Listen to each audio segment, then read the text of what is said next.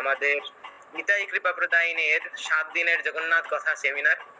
এই 7 দিনের জগন্নাথ কথা সেমিনারে আপনারা বিভিন্ন পরমারাধ্য গুরুদেব শ্রী জয়প্রকাশ স্বামী শিশুদের দ্বারা জগন্নাথ আজকে আমার স্পিকার বা বক্তা আমাদের কৃপা প্রদান করতে এসেছেন শ্যামসুন্দর প্রভু। তিনি গুরুদেব শ্রী জয়প্রকাশ যে একজন শিষ্য এবং দৃঢ় প্রয়োগ এবং সরলভাবে ভক্তির যে পন্থা সেটিকে উনি সকলের কাছে সুলভ এসেছেন এবং আমাদেরকে তিনি আজ জগন্নাথ লীলামৃত কথা দ্বারা করবেন। হরে কৃষ্ণ। আমি অনুরোধ করবো শ্যামসুন্দর আপনি আমাদের জগন্নাথ কথা শ্রবণ করেন। ও আপনার কথাটা ডিস্টার্ব হচ্ছিল, শোনা যাচ্ছিল না ক্লিয়ার করে। শোনা যাচ্ছে কথা? আপনার কথা ডিস্টার্ব হচ্ছে, আপনার ওখানে নেট গন্ডগোল আছে। হ্যাঁ, আমার কথা কি শোনা যাচ্ছে?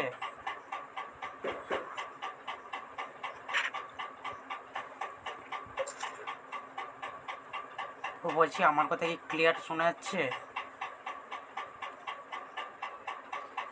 হরে কৃষ্ণ। উপস্থিত সকল ভক্তবৃন্দের চরণে ধন্যবাদ, প্রণাম। সকলে শুনতে পাচ্ছেন? হরে কৃষ্ণ। বলছি আমার কথা শোনা যাচ্ছে? হ্যাঁ প্রভু, শোনা যাচ্ছে, আপনি কন্টিনিউ করুন। তো সকল ভক্তদের জন্য ধন্যবাদ, প্রণাম। সকলকে অসংখ্য ধন্যবাদ ক্লাস অংশগ্রহণ করার জন্য। আর এখন আমরা ভগবান জগন্নাথ দেবের কিছু মহিমা লীলা কথা আমরা পাঠ শ্রবণ কীর্তন করব।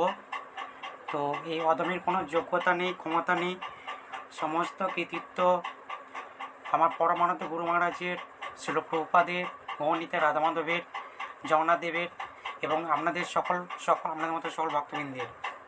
তো সকলে কৃপা আশীর্বাদ করবেন, ভুল ত্রুটি হলে ক্ষমা করবেন। তো আজকে যে আলোচ্য বিষয় জগন্নাথ দেবের লীলা কথা, আমরা বেশি সময় নষ্ট না করে আমরা শুরু করব। তো আরেকবার সকলের কাছে ক্ষমা প্রার্থনা চাইছি এবং কৃপা প্রার্থনা চাইছি। তো কৃপা করিবেন, ভুল ত্রুটি হলে ক্ষমা করিবেন। তো আমরা কোনো একটা জগন্নাথ দেবের একটা ভজন করব হালকা করে, তারপর আমরা আলোচ্য বিষয়ে আসিব।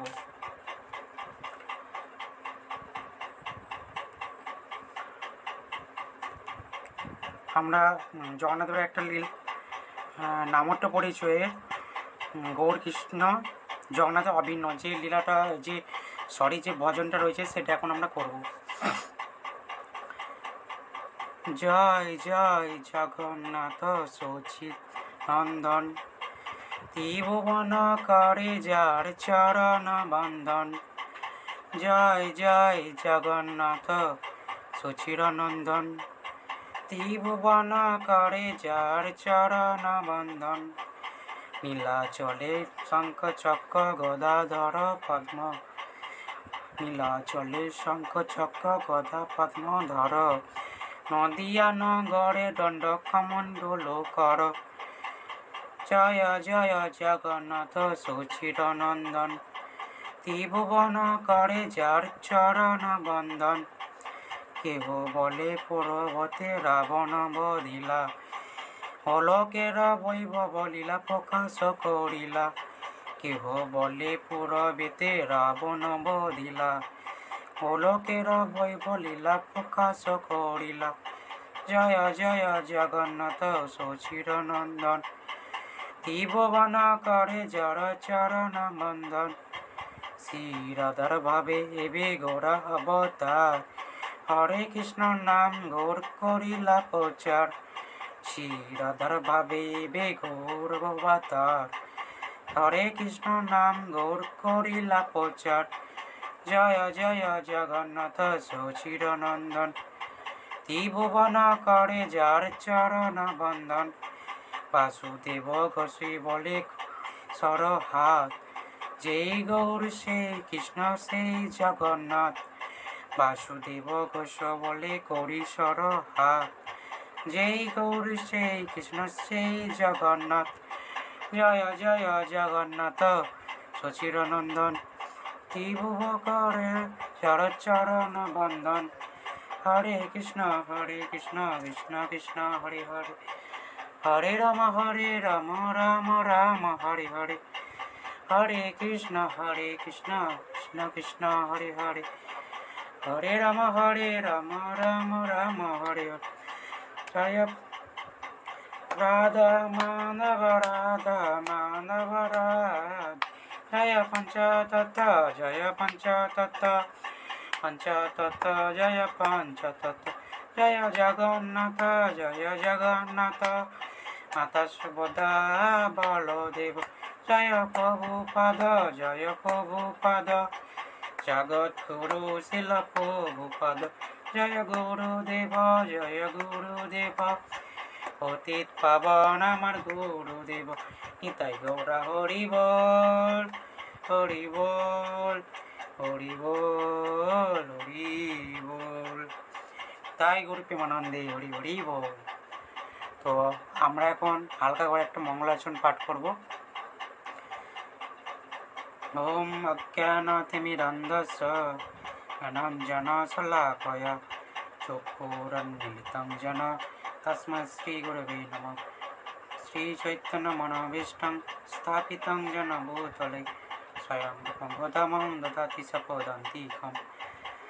नमो विष्णुपादाय कृष्णप्रेष्ठाय भूतले श्रीमती जयपताका स्वामिनिति नामिने नमाचार्यपादाय निताय कृपावदायिने गौरपताधामदाय नगरमोदारिणे नमो विष्णुपादाय कृष्णप्रेष्ठाय भूतले श्रीमती भक्तिवेदान्त स्वामिनिति नामिने नमस्ते सरस्वती देवी गौरवाणी वचारिणे निर्विशेष शून्यवादी पाश्चात्यदेशोतारिणे हे कृष्ण करुणा सिंधु दीनबन्धु जगत्पते अपेशा गोपिका कांत राधा कांत नमस्तुते तप्त कांचन गौरांगी राधे वृंदावनेश्वरी विश्वभानुसुते देवी प्रणम्यामि हरिप्रिये नमो महावदानाय कृष्ण प्रेम पदायते कृष्णाय कृष्ण चैतन्य नाम्ने गौरतिसे नमो इंद्राय तुलसी देवाय प्रियाय केशव सच कृष्ण भक्ति पदे देवी सत्यवते नमो नमः।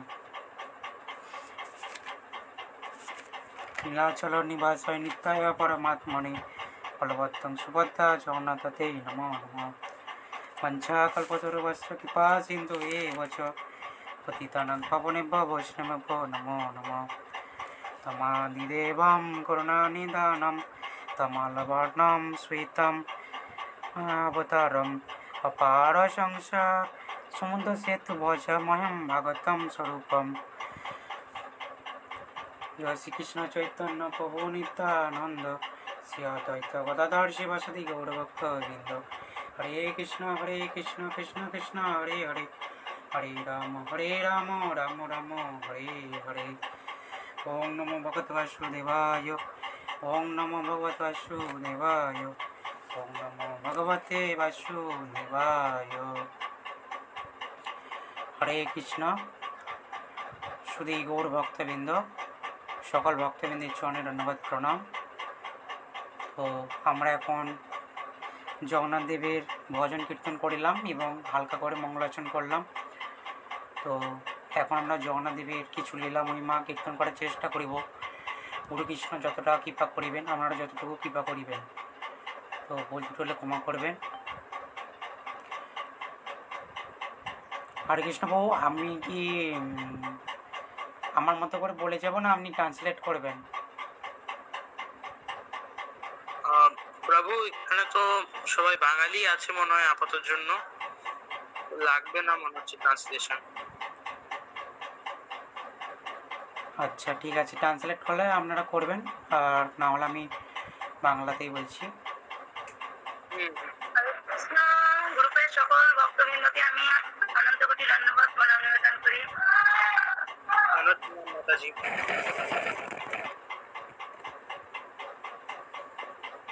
হরে কৃষ্ণ। তো আজকে যে আলোচ্য বিষয় জগন্নাথ দেবের মহিমা, বা লীলা কথা আমরা পাঠ শ্রবণ করব।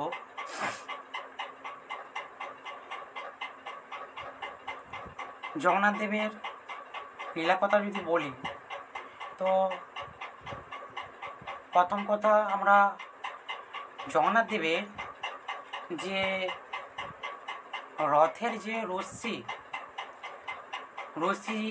সেই মাহাত্ম্য আমরা হালকা করে বলবো।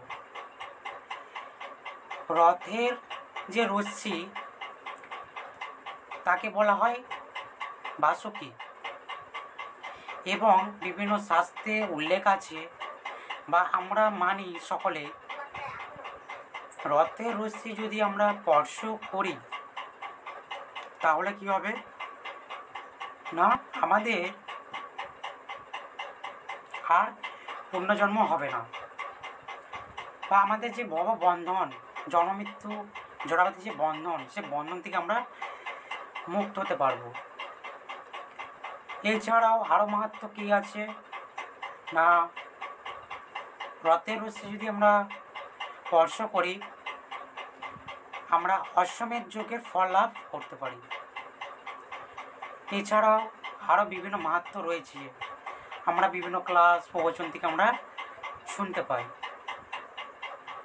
তাই আমরা কি করি, রথে পুরী বা বিভিন্ন ইস্কন মন্দির বা বাড়িতে যখন আমরা রথ অনুষ্ঠান হয় তখন আমরা চেষ্টা করি ওই রথের রশ্মি স্পর্শ করার। তো এছাড়াও অনেক মাহাত্ম্য আছে রথের। তাই আগামী 27শে জুন 2025 শুভ রথযাত্রা উপলক্ষে সকল ভক্তবৃন্দকে আগাম জানাই অনেক অনেক শুভেচ্ছা, অভিনন্দন, ভালোবাসা। আপনারা অবশ্যই এই দিন রথে অংশগ্রহণ করবেন, পুরীতে অথবা বিভিন্ন ইস্কন মন্দিরে বা নিজ গৃহে যদি আপনারা ছোট করে পালন করেন, যাদের গৃহে বিগ্রহ রয়েছে অবশ্যই করবেন। রথের দিনটা এমন একটি মহিমা দিন, এমন একটি মাহাত্ম্যপূর্ণ দিন যেটার অপেক্ষা আমরা সকলেই করি। ওই দিন ভগবান কোনো জাজমেন্ট করে না কোনো ভক্তকে, তিনি এতটাই কৃপালু, এতটাই দয়ালু, তিনি সমস্ত ভক্তদেরকে কৃপা করার জন্য তিনি আসেন। এবং আমরা এই মাহাত্ম্য তো অনেকেই জানি যে কিভাবে ভগবানের মন্দির স্থাপন হয়েছে, কিভাবে বিগ্রহ স্থাপন হয়েছে, বা যে ভগবানের যে লীলা, রথের যে লীলা, সেগুলো আমরা প্রায় অনেকেই জানি। তো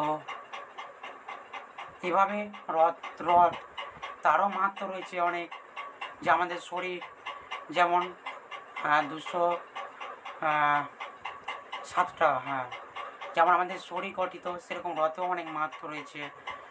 তো রথের মাহাত্ম্য রয়েছে, রথে যে রশ্মি তার মাহাত্ম্য রয়েছে, বা বিভিন্ন নাম রয়েছে।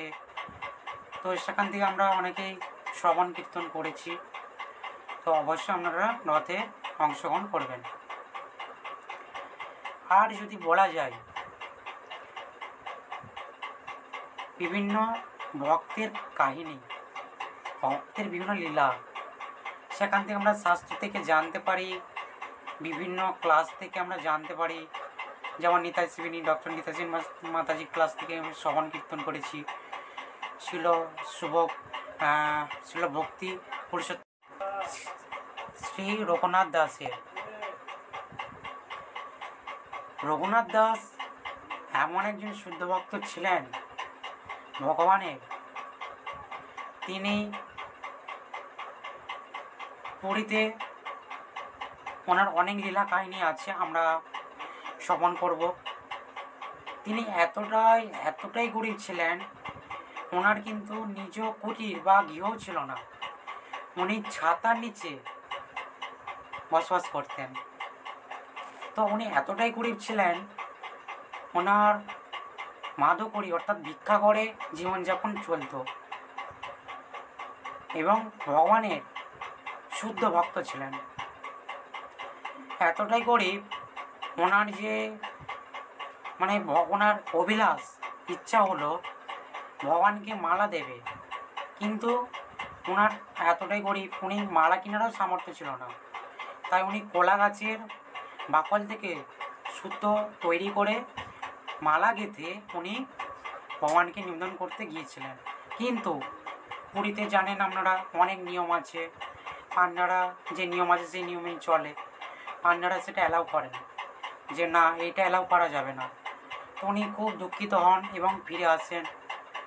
তো পান্ডারা যখন সেবায়িতরা যখন ভগবানের সেবা শৃঙ্গার করতে যায়, সেবা করে, তো ভগবান কোনো মতেই মালা তিনি নিচ্ছে না, যত মালা পড়াচ্ছে মালা পড়ে যাচ্ছে, কোনো মতেই তিনি নিচ্ছে না, গ্রহণ করছে না। তো তিনি রাতে স্বপ্নাদেশ দেয় যে ওই ভক্তের ওই মালাটি তার চাই, তবে তিনি গ্রহণ করবেন। তো তখন তার পরের দিনে খোঁজ করা হয় এবং রঘুনাথ দাসকে নিয়ে আসা হয়, ওই মালাটি ভগবানকে নিবেদন করা হয়। তারপর থেকে ভগবান প্রত্যেকটি মালা গ্রহণ করেন এবং তখন থেকেই এখনও প্রচলিত আছে। আমরা গেলে পুরীতে দেখতে পাবো ওই খোলা বাকলে দিয়ে সুতো দিয়ে ভগবানকে মালা নিবেদন করা হয়। এই একটি লীলা আছে। আরেকটি লীলা আছে রঘুনাথ দাসের, যে ভগবানের সাথে রঘুনাথ দাস সখ্যভাবে ছিলেন, সখারূপে। তো তিনি রাতে আসতেন, রঘুনাথ দাসের সাথে দেখা করতেন। ওরা যেমন আমরা খেলাধুলা করি, ওনারাও খেলাধুলা করতেন। তো এরকম খেলাধুলা করতেন, অনেক কথা বার্তা আলাপ করতেন, অনেক কিছু লীলা করতেন, আবার চলে যেতেন। তো একদিন কি হয়েছে, জগন্নাথ দেব এসেছেন, তিনি বলছে যে চলো আমরা আজকে চুরির লীলা করব, কাঁঠাল চুরির লীলা করব। তো তখন বলছে না, তুমি ভগবান, তুমি কেন চুরি করবে, তোমাকে আমি পরের দিনে ভিক্ষা করে এনে দেব। বলছে না, আমার তো সবই আছে, কিন্তু আমি চুরি করা প্রসাদ খেতে পছন্দ করি, কারণ যেটা আমি বৃন্দাবনে যে লীলাটা করি, তাই চলো আমরা কাঁঠাল চুরি করব। বলে ওনারা পাঁচির টোপকে দুজনে গেছে এবং রঘুনাথ দাসকে গাছে তুলেছে। বলছে তুমি সব থেকে বড় কাঁঠালটা তুমি পারবে, আমি নিচে আছি। বলে সব থেকে বড় সুন্দর কাঁঠালটা ওরা নিয়েছেন, নিয়ে যেই বলছে ঠিক আছে ধরো আমি ফেলছি, তখন বলছে ঠিক আছে। যেই ফেলেছে জগন্নাথ দেব নেই, তিনি উধাও হয়ে গেছেন, ওখান থেকে চলে গেছেন। আর কাঁঠাল নিচে এসে পড়েছে, আওয়াজ হয়েছে, সেখান থেকে মালিক, যারা পাহারাদার, সিকিউরিটি গার্ড এসেছে। তখন বলছে চোর চোর, কে চুরি করছে। তখন টর্চ নিয়ে দেখে যে রঘুনাথ দাস। তিনি বলছে রঘুনাথ তুমি এত বড় ভক্ত, সবার কাছে নাম প্রশংসা নাও, আর তুমি চুরি করছো। তো তখন রাজাকে জানানো হয়েছে, রাজা এসেছে, এসে বলছে রঘুনাথকে তুমি এটা কেন করলে। তখন বলে সব কিছু খুলে যে ভগবান আমাকে এই বলেছে, এই লীলা হয়েছে। বলছে তার প্রমাণ কি। আর একটা কথা আমরা জানি, চোর যতই চুরি করুক না কেন, তিনি ঠিক কোনো না কোনো সংকেত কিছু রেখে যাবে। তো তিনি জগন্নাথ দেবের যে উত্তরীয় তিনি ওখানে ফেলে রেখে গিয়েছিলেন। তখন সকলে দেখতে পায় এবং তিনি সকলে বিশ্বাস করে না এটা জগন্নাথেরই লীলা। তো এই একটা লীলা, জগন্নাথের কাঁঠাল চুরির লীলা। আর একটা লীলা আছে, ভগবান ভক্তের সেবা করছে। কি না, ভক্ত যখন রঘুনাথ দাস যখন তিনি অসুস্থ হয়ে পড়েন, খুব একটা মারাত্মক ভয়ঙ্কর রোগ হয়, তো তিনি তো তার তো কেউ নেই, তিনি একা, গৃহ নেই, কিছুই নেই, আর কাজও করতে পারছে না, ভিক্ষা করতে পারছে না, তিনি শয্যাশায়ী হয়ে গেছেন। তো এতটাই অসুস্থ, তিনি বিছানাতেই মলমূত্র ত্যাগ করছেন। তো তখন জগন্নাথ দেব তিনি আসেন, তিনি এসে প্রতিদিন ওই ভক্তের শৌচকর্ম করেন, মলমূত্র ত্যাগ পরিষ্কার করেন, নতুন করে চন্দন লেপে দেয়, লেপন করেন এবং সুগন্ধি দিয়ে তিনি চলে যান। তো এইভাবে কন্টিনিউ করছে। ভক্ত রঘুনাথ দাস কিছু বুঝতে পারছে না, পরে বুঝতে পারছে যে কিছু তো একটা আমার সাথে ঘটছে, এটা কে করছে, আমার তো কেউ নেই, আমার সেবা করার জন্য কেউ নেই। তো তখন তিনি একদিন বলছে দেখবো আজকে কে আমার সেবা করছে। তো তিনি ভ্রমণ নিয়ে সেদিনে জেগেছিলেন, ভ্রমণের মানে অভিনয় করছিলেন। তো যখন জগন্নাথ দেব আসেন যে শৌচকর্ম সব কিছু পরিষ্কার করে, তখন ভক্ত তার জগন্নাথ দেবের হাতটি ধরে নেন। তখন বুঝতে পারি না, এ তো ভগবান, স্বয়ং পরমেশ্বর ভগবান, জগতের না জগন্নাথ। তখন তো তিনি বলছে কী করছো ভগবান, আমি তো নরকে অধিপতিত হব, তুমি এটা কি করছো, আমার তোমার সেবা করা উচিত, তুমি আমার সেবা করছো। তখন ভগবান বলে না, এটা আমার পরম সৌভাগ্য। ভক্তরা যেমন ভগবানের সেবা করে খুশি হয়, ভগবান তেমন ভক্তের সেবা করে প্রসন্ন হয়। তোমার সাথে আমার যে ভাব প্রেম, এতে তোমার প্রেমে তোমার ভক্তিতে আমি এটা করছি, এতে কোনো পাপ হবে না। তখন জগন্নাথ দেব বলেন তিনি সকল বন্ধন থেকে মুক্তি করে দিতে পারে, মুক্ত হতে পারেন, তিনি তো মুক্তই, কিন্তু ভক্তের হাতে যখন ধরা পড়েন তখন সেই ভক্তের হাত থেকে তিনি ছেড়ে যান না, বা তিনি যখন ভক্তকে ধরেন তখন তিনি ভক্তকে ছেড়ে যান না। তো এরকম তখন বলেন যে ভগবান তোমার কেন এইটা করাবো, তুমি তো চাইলে আমাকে ভালো করে দিতে পারো। বলছে হ্যাঁ পারি, কিন্তু তোমার যে পারদ তোমার কোনো বলতে ভোগ করতে হবে, তো এই জন্য তোমাকে ভোগ করতে হবে। তো তিনি সুস্থ করে দেন। তো এইভাবে ভক্ত ভগবানের যে প্রেম, সূক্ষ্ম প্রেম, তো অনেক দিন চলে এইভাবে। আরেকটা লীলা আছে রঘুনাথ দাসের রথের লীলা। তো এক সময় রথে মানে রথ যেমন হয় সব কিছু চলছে ঠিকঠাকভাবে হয়েছে, তো হঠাৎ রথ দাঁড়িয়ে যায়। তো রথ আর যাচ্ছে না, অনেক হাতির ব্যবস্থা করেছে, অনেক মানুষ, কোনো মতেই যাচ্ছে না। মনে পড়ছে না ঠিক, ওটা সম্ভবত রাজা অথবা ইংরেজদের কোনো সাহেব ছিল। তো তখন অনেক হাতির ব্যবস্থা করে, কোনো মতেই রথ যাচ্ছে না। তখন বলে ভগবানকে দোষ দেয়, রঘুনাথকে খারাপ কথা শোনায়।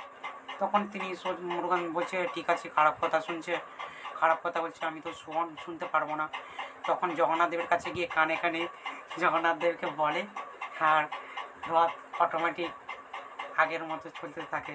তখন ওটা তো অবাক হয়ে গেছে যে তুমি কি করলে, কি বললে, আমরা সকলে পারলাম না, আর জগন্নাথ দেব তোমার কথা শুনে রথ কন্টিনিউ চলছে। সেখানেও একটা লীলা ভক্তের সাথে ভগবানের। তো এরকম ভগবানের অসংখ্য ভক্ত রয়েছে, অসংখ্য লীলা আছে। ভক্তের সাথে ভগবান ভক্তের সাথে লীলা করে তিনি খুশি হন, এবং ভক্ত ভগবানের সেবা করে প্রসন্ন হন। তিনি কিছু চান না, তিনি চান শুধু ভগবানের সেবা করতে। তো এরকম লীলা আছে। তারপর আরও কিছু যদি আমরা লীলা বলি,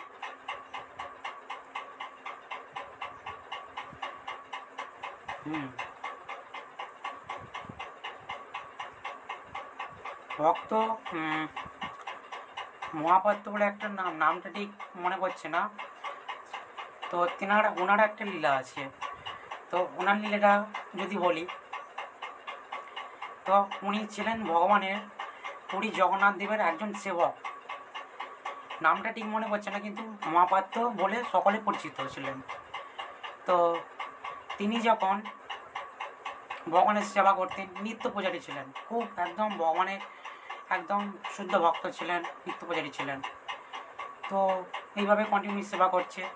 আর পুরী যে রাজা ছিলেন, তিনি যখন দর্শনে আসতেন তখন কেউ দর্শন করতো না, রাজা একমাত্র দর্শন করত। এবং ওই দর্শনের পরে যে ভগবানের যে প্রসাদী মালা, ওইটা উনি প্রসাদ রূপে চাইতেন প্রত্যেকবার। তো হঠাৎ রাজা এসেছে, মহাপাত্রকে জানানো হয়েছে যে রাজা আসছে। তিনি তাড়াহুড়ো করে বলছে কী হবে এখন, জগন্নাথদেবকে শৃঙ্গার করা নেই, তো ভগবানের যে দর্শন করবে এবং রাজা তো ওনার মালা প্রসাদ রূপে চাইবেন, তাহলে এখন কি হবে। তখন ওনার গলাতে একটি সুন্দর সাদা মালা ছিল, সেই মালাটা খুলে উনি জগন্নাথদেবকে পরিয়ে দিয়েছেন। তো তাড়াহুড়ো করে রাজা এসেছেন, এসে দর্শন করছেন, দর্শন করে খুব খুশি এবং প্রসাদ রূপে সেই মালাটি চেয়েছেন। তো মালাটি যখন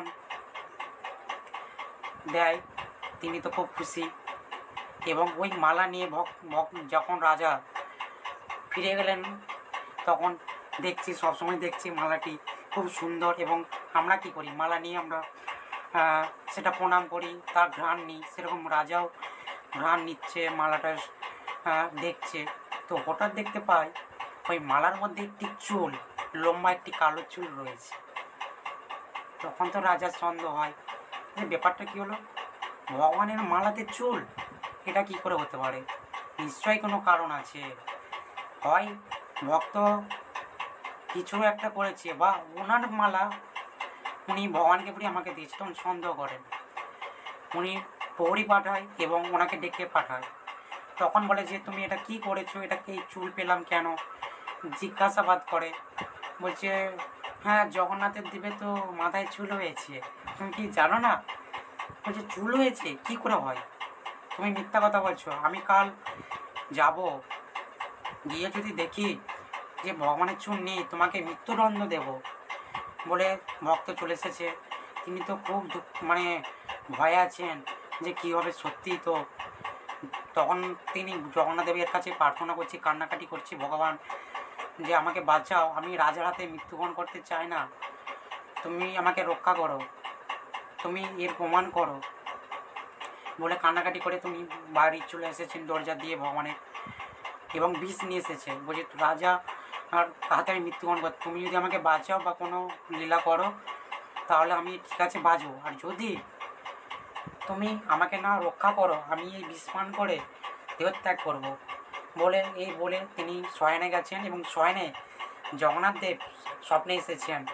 এসে বলছে তুমি চিন্তা কেন করছো, আমি তো আছি, কালকে রাজা আসুক, আমি ঠিক প্রমাণ দেব, তুমি চিন্তা করো না, ভয় করো না, তুমি নিজেও আত্মহত্যা করো না।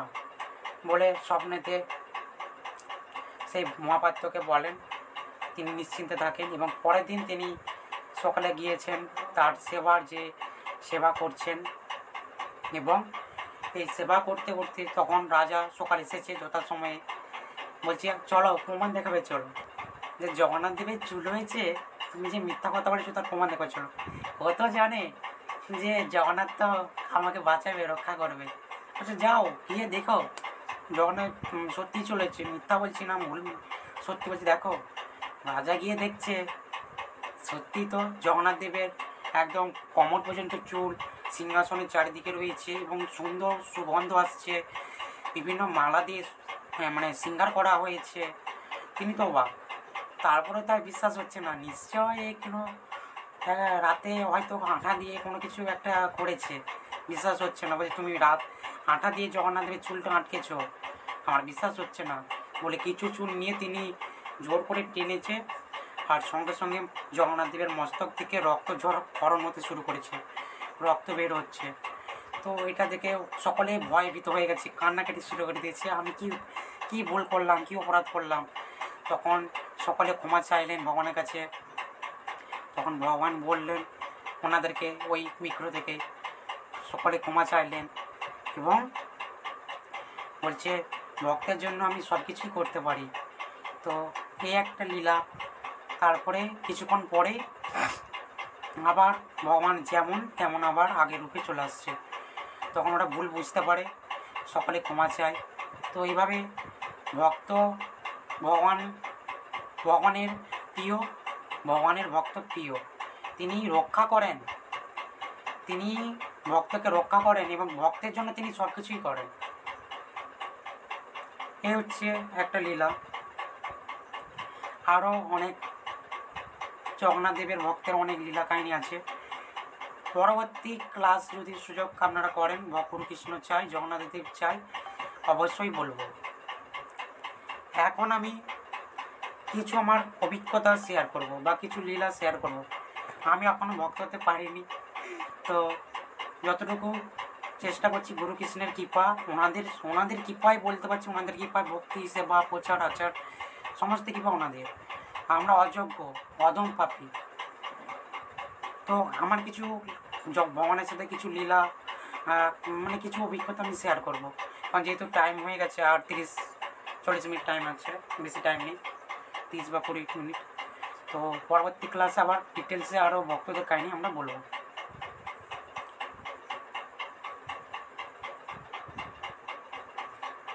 প্রথম যদি বলা যায়,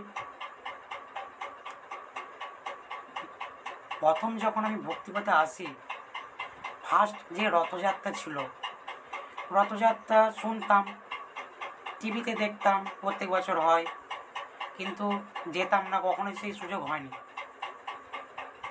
রথেতে।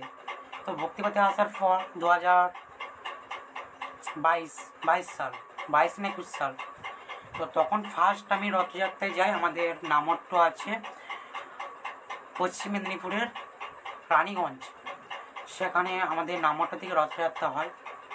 তো রথযাত্রায় প্রথম যাই, খুব এক্সাইটেড যে রথযাত্রা যাব, মাহাত্ম্য শুনি, রথের দড়ি স্পর্শ করলে অনেক, দর্শন করলে অনেক মাহাত্ম্য। তো আমরা যাই। আর আপনারা সকলে জানেন যে আমার ভুল চিকিৎসায় পায়ের সমস্যা হয়ে গেছে, পায়ে হাঁটতে খুব কষ্ট সমস্যা হয়। তো আমরা যাওয়ার পর থেকে বৃষ্টি শুরু হয়, নিম্নচাপ থাকে, তখন প্রচুর বৃষ্টি হয়, কোনো কিছু করতে পারি না ঠিকভাবে। তাও আমাদের অনুষ্ঠান চলে।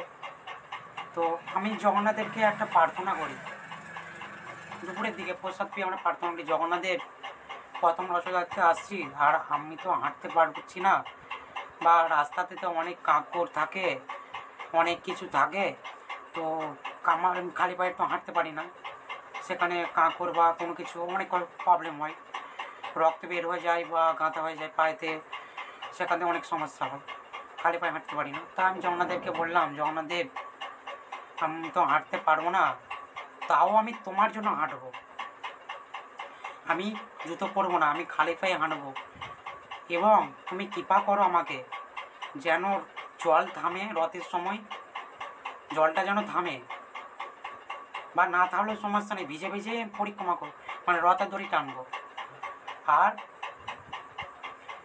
যেন আমি রথের দড়ি স্পর্শ করতে পারি, দর্শন পেতে পারি, আর আমি যেন হেঁটে যেতে পারি যতই কষ্ট হোক। তো এরকম প্রার্থনা করি। প্রার্থনা করার পর যখন সঠিক টাইম আসে, সত্যি বিকেলবেলা জল থেমে যায়, আর জল বৃষ্টি পড়েনি, এবং খুব ভালোভাবেই রথের ব্যবস্থা করানো হয়। এবং জগন্নাথ দেবের কৃপায় মানে সমস্যা হয়েছিল, প্রচুরই পায়ে রক্ত বের হয়ে গিয়েছিলো, হেঁটে গিয়েছিলাম। তা আমি জগন্নাথ দেবের জন্য জেদ নিয়েছিলাম যে আমার যতই রক্ত বের হোক, যতই কষ্ট হোক, আমি খালি পায়ে হাঁটবো এবং তোমার রথের রশ্মি স্পর্শ করবো এবং তোমার দর্শন করব। জেদও নিয়েছিলাম এবং প্রার্থনা করেছিলাম। এবং প্রথম বছর রথে আমি জগন্নাথ দেবের রশ্মি ভালোভাবেই মানে স্পর্শ করতে পেরেছিলাম। অনেকটা রথ ভক্তের সাথে এগিয়ে হেঁটে এসেছিলাম ধরে, এবং দর্শনও পেয়েছিলাম, অনেক কৃপাও করেছিল। তো কষ্ট হয়েছিল অনেক, কিন্তু ভগবান তিনি আমার কষ্ট মানে যে প্রার্থনা, যা ইচ্ছা স্বপ্ন, সেটা পূরণ করেছিলেন। তো এইভাবে একটা ভগবান কৃপা করেন। তারপর পরের বছর রথ, আরও অনেক কৃপা আছে, অনেক লীলা আছে। আর একটা লীলা মায়াপুরের কথা বলি, মায়াপুরে। তো এই বছর জানুয়ারি 7 জানুয়ারি না, হ্যাঁ 8 জানুয়ারি, যখন 2025 যখন মায়াপুর যাই, তো তারপরের দিনে 9 জানুয়ারি তো আমরা দর্শন করার জন্য বিভিন্ন যে জগন্নাথ দুপুরে সকালে প্রসাদ পেয়ে আমরা সকলে দর্শনে যাব। তো আমরা যে সকল ভক্তবৃন্দ গিয়েছিলাম, সকালে আমরা রওনা দিয়েছি, তো আমাদের লেট হয়ে গেছিলো, প্রায় 11-12 বেজে গিয়েছিলো। তো আমরা ভগবানের জন্মস্থান, নিতাইয়ের ওই যে ভাঙা খোল, রাধাকুণ্ড শ্যামকুণ্ড বিভিন্ন দর্শন করি, স্টেপ বাই স্টেপ দর্শন করি। তো দর্শন করতে করতে আমরা বলি যে না, জগন্নাথ দেবের দর্শন করবো শেষের দিকে। তো এইদিকে ঘড়িতে দেখছি টাইম হয়ে গেছে, কী হবে, যদি মন্দির বন্ধ করে দেয় একটা। তখন জগন্নাথদেরকে বলছি, প্রার্থনা করছি, যোগা, আর যে আমি বলছি যোগা একটু ওয়েট করো, একটু ওয়েট করো। হ্যাঁ, কারণ বেশি টাইমও নেই, প্রায় 5-10 মিনিট টাইম আছে 1টা বাজতে। একটু ওয়েট করো, আমরা যাচ্ছি। এরকম প্রার্থনা করে যাচ্ছি যে আমরা যাওয়ার পরে, তোমার দর্শন পাওয়ার পরে তারপরে যেন মন্দির বন্ধ হয়, একটু কৃপা করো। এরকম প্রার্থনা করে যাচ্ছি। তা মানে এইভাবে বলছি, টোটোলাকেও বলছি। তো আমরাও গেছি, 1টা বেজে গেছে, প্রায় 1টা বেজে গেছে, আমরাও পৌঁছেছি। তাড়াহুড়ো করে যাচ্ছি, মানে পূজারি যে পর্দা, প্রায় পর্দার হাত ধরে নিয়েছে। আমরা তাদের করে যাচ্ছি, যে আমাকে দেখেছে, ভক্তদেরকে দেখছে যে আসছে, পূজারি একটু টেনে দাঁড়িয়ে গেছে। তারপর আমরা গেলাম, দর্শন করলাম, প্রণাম করলাম, দর্শন করলাম। তখন পূজারি বলছে আপনার জন্য জগন্নাথ দেব হচ্ছে অপেক্ষা করেছিল, নাহলে এতক্ষণ বন্ধ করে দিতাম। তো তারপরে দর্শন করি, তারপর বন্ধ করে দেয়। এবং ওনারা জগন্নাথের অনেক মানে তুলসী মালা অনেক মালা দিয়েছিলেন প্রসাদ রূপে। এরকম জগন্নাথের প্রার্থনা শুনেছিলেন, যে যখন প্রার্থনা করেছিলাম শুনেছিলাম। তো এইভাবে আরও অনেক কিছু আছে, তো সেগুলো পরবর্তী ক্লাসে বলবো।